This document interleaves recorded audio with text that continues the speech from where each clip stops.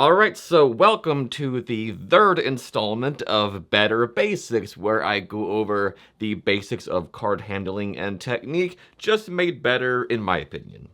So today we're looking at one of the most useful and versatile moves ever in card magic, which is the double lift or the double turnover. Now, the reason why this is so versatile and so useful because it can be used as a force, a control, a switch, any number of things you can switch a card for, you can do it.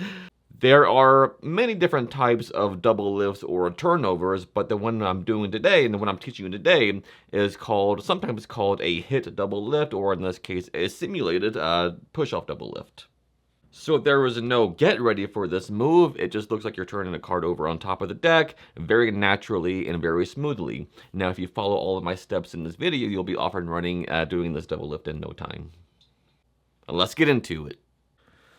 Alright, so first thing is first, if you're completely new to Magic and you don't quite yet know all of the terminology, what I'm saying, such as a double lift or a double turnover, all this is turning over two cards and making it look like one card. Here I have the Five of Spades here, but if I just do this, it looks like the Jack of Diamonds, and that is accomplished by turning over two cards as one, okay? So you can see that that's really two cards, but my actions, and the technique is what really sells it here, okay? So what I mean by this is if you turn over the top card like this, and then you do a double in the exact same manner, it's going to look very, very convincing. Otherwise, if you do something like this to display the top card, do something,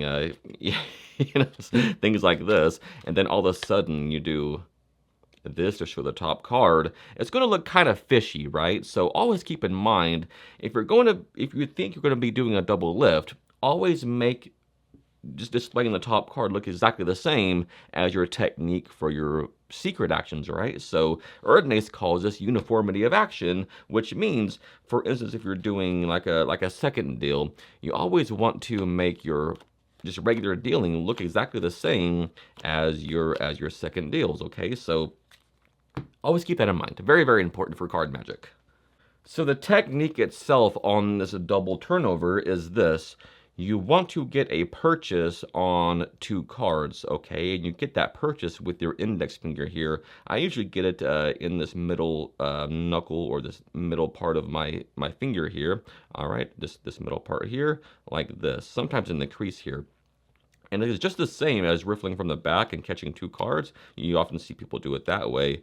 But this is not always the best technique. You can get away with it in the heat of the moment, but it's not recommended, okay? So just to make it look completely natural, just like you're turning over the top card, you really want to get good at this hit double lift, okay? So what's going to happen is to easily get that purchase, is you want to have a nice bevel in the deck, and what that means is you want to just sort of relax your hand like this, sort of let the cards sort of spread a little bit in your hand. You get this nice sort of bevel in the deck here, so just rest your hand, or like sort of just dip your hand down like this, and just let the cards in this loose manner. That way, from the side, it's very easy to feel where two cards is, just like this. Okay, so that's what's going to happen here in a moment, to get your double lift. Alright, so just like I said, get that nice bevel just by relaxing your hand. And this also creates just like a natural, loose field for your audience, okay? So if you're just tight like this the whole time, and, trying to get ready for stuff and just like being so tight and cozy with it, something just seems off. So the more natural you can express yourself, the more natural your magic will be, and, pleasantly, aesthetically pleasing to watch, okay? So now, what you're going to do is, with the ball of your thumb here, you want to sort of press down on the side, just where this border is, okay, right here. Sort of press down, and at the same time, sort of push over like this, and you want to lift up on the side of the deck with that index finger, and just simply grab it like this and turn it over. Now, you don't have to follow this card, because cards are light objects. You don't have to sit there and have a vice grip on it like this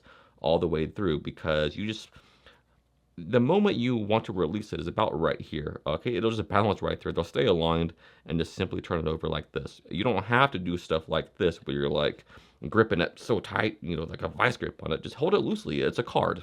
Okay, so treat it like one card. Okay, so if you believe that it's one card, then so will your audience.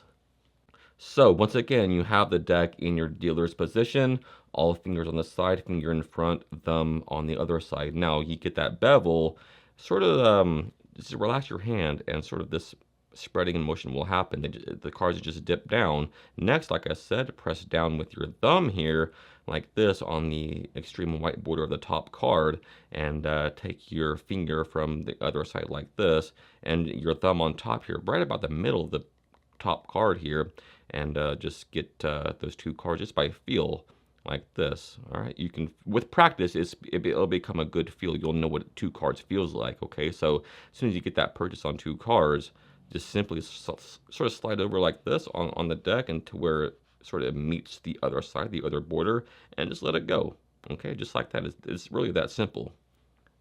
And like I said, practice is with one card, how that feels like and how that looks like, and eventually you'll be able to get it with the two cards. Okay, they should look exactly the same, guys. Now, to turn it back over, you don't have to do the same technique. And it's a lot easier because the cards are naturally bowed. So all you do in this case is press down on the side here, and you can see you can just easily get that card because of the natural bow in cards. So it sort of pop up a little bit, and if you want to get that more extreme and more pronounced, just do this to the deck, and it'll even be more exposed and ready for you. So get that double like this, and when I press down, you can see it pop up a little bit. Just by pressing down with your thumb on the side there, you can easily get those two cards now, just like this, because of that natural bow.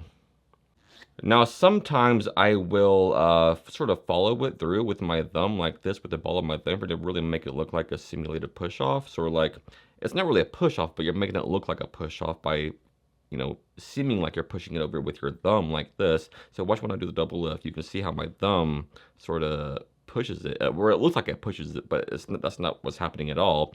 Okay, so from over here, you can see that I'm doing what I taught you, but that thumb following through really makes it seem like it's you're pushing it over. And like I said, with the turning back over, just press down and they'll bow up, and you can easily get that card, boom, just like this. But the most important thing to realize to make your life so much easier, guys, is that bevel. The bevel is so important. With the square deck, it becomes very, very hard to do. All right, so always have a loose handling, always have that loose deck like this, and it becomes very, very simple. It looks relaxed, you feel relaxed, and so your audience they won't sense anything weird going on because how relaxed and natural you look. Okay, so now that we know how to do a simulated natural double lift, let's take a look at a cool trick you can do with a double lift. Okay, so here's what this trick looks like. So check this out. On top of the deck, here I have the ace of spades, and no matter what happens, this ace will always be on top. So let's imagine here that we have a card selected, and we'll just go with the nine of spades in this case. Now the nine, doesn't matter where it goes. In fact, I'll put it that's about the middle, but I'll cut it even deeper in the pack. And also that ace also gets buried somewhere in the middle, as well as that nine. But watch this. All I'll do is snap, and the ace, no matter where it is, just jumps right back to the top of the deck. Now that's pretty cool, but can we do it with the nine of spades? Of course we can. So watch, I'll take that ace. If I just wave it over the deck like this, give it a flick, you can see on top of the deck is really the ace, because it's always on top of the deck. So that nine is really right here where that ace was. Okay, so all this trick requires is a double lift and a move called the Tipover change, okay, or the Tipover switch. And here's what happens. So you want to have the ace of spades preloaded on top of the deck already, and you can obviously get there very easily just by, in between tricks, just looking through it and just cutting to the top of the deck, and you're ready to go. So there's really no setup at all besides having the ace on top. Now, like I was saying earlier, you want to show the top card as the ace of spades, but in the exact same way you're about to do your double lift, right? So you show them, look, on top of the deck is always the ace of spades. I'll leave it right there on top. Now we just need a card selected. All right, so they can go through, they can just touch the back of any card, they can say stop as you dribble, it doesn't matter, just as long as they can get a card. Now they'll take it or whatever, and you'll display it on top of the deck. And you say the Jack of Spades, pretty good card. Now, you want to prepare for the tip over change by doing what's called a pinky pull down. So this is a bonus extra move for you guys. Okay, so to get a pinky pull down, because you need to get a break above the bottom card in this case. So the good way to do this is with a bevel, excuse me. But in this case, you're going to bevel the deck in the opposite way. So with a double lift, you would bevel this way, right? But for the pinky pull down, you'll bevel in the opposite direction. And the way you do this is you sort of just squeeze your fingers inward towards the base of your thumb. That way you get a nice bevel here. Look at this nice bevel I have on the side of the deck where my pinky is. And that's going to allow you to very easily riffle down with your pinky like this and just get one card, a break above one card on the bottom of the deck. And that bevel makes it super easy. So like I said, just bend your fingers in and just scoot them towards the base of your thumb, and you'll get that nice bevel, because without it, it's going to be very difficult to get that card. But with that nice bevel here, like I'm talking about, look at this. You just do the squeeze move, and you're pretty much fanning the deck a little bit. And that makes your pinky very easy to riffle down and get one card. So now that you have your pinky break above the bottom card, you transfer the deck into biddle grip, which is just taking it, your fingers in front, them at the back, and you maintain that break with your thumb. So just remove your hand and just hold that break there with your thumb now. Okay, so now what you'll do is cut the deck like this over here, swing cut the deck into your hand, and say, oh, put the Jack, I'll put your card somewhere in the middle. So just turn it over like this, and use your fingers to scoot it forward. That's about the middle of the deck. And then you display it again, and that's about the middle, but at the same time you do that, you just drop this card on top of here. As soon as you scoot up, you just do this, and you drop that card on, just like this. And they can't see that from the front, okay? Only you can, okay? So that's the cool thing about Magic, only you can see the dirty stuff. So scoot that forward, and to really hide it, you want to raise the deck. And also what also helps drop the card is just engaging your pinky in there and just sort of popping it down like this also. So you can either drop it or engage your pinky in there to get it on there. Okay, so as you turn it over, say, or as you display it again, say that's about the middle of the deck. And as you do this, that's when you do that move. Just clip it down, clamp it down like this. That's about the middle of the deck, wouldn't you say? But let's cut it deeper, okay? So now you have that card right here aligned with that packet. So you're going to switch it for the card, okay? So just push, when you're right here displaying it, that's about the middle of the deck, wouldn't you say? Now just use your index finger to push it in square. At the same time, when it's square, turn your hand back over and push off that card, switching it for a different card, right? Now, simply insert this anywhere over here and put this on top like this. And as you say this, say not only does this bury that Jack, but it also buries that ace somewhere. But like I said, that ace is always on top. So just do a snap and then just do your double lift like we talked about. Right, so it's on top, you see it on top. But wonder if we can do it with your card. So just turn it back over. And so we use the ace as a magic wand like this, and then you can have them check on top of the deck, and then they'll see the ace there. So it's like an immediate change. And so that's right. Like I said, the ace is always on top. So in my hand now is your card, the Jack of Spades. But like I said, there are a number of things you can do with a double lift. You can force a card, control a card, use it as a card switch, use it to change a card into somebody else's card, all right? So a number of things. If you want to use it as a force, here's a cool idea. You want to force the ace of spades like this, so somebody can go through, just touch the back of any card. All right, they touch this one, you rotate it and put it on top, and you say, it's okay that I see it, we can look at it together. Boom, we got the ace of spades. So that's a cool force you can do, right? So to use it as a control, what you can do is this. Do me a favor, just say stop anytime on a card. Boom. Let's see. Let's take a look what your card is. It's okay that I see it. The King of Diamonds. Pretty good card. Watch it. Watch your king. I'll put it all the way down here in the deck. Just snap my fingers and it comes right back on top. So that's a cool control. Or a cool trick, too, if you want it to be.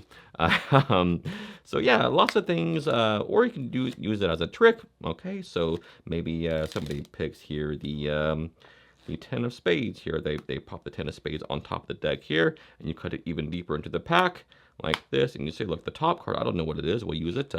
It's the 8 of spades. Ooh, was that close to your card? I feel like it was close to your card, but not close enough. But if I just do this, it changes right into your card. So lots of things you can do, lots of ideas using this double lift, and hope you have fun with it and give it the practice and time it deserves, because it's a lift that I use most often, actually all the time. And yeah, I hope you get something out of this video. Thanks for watching.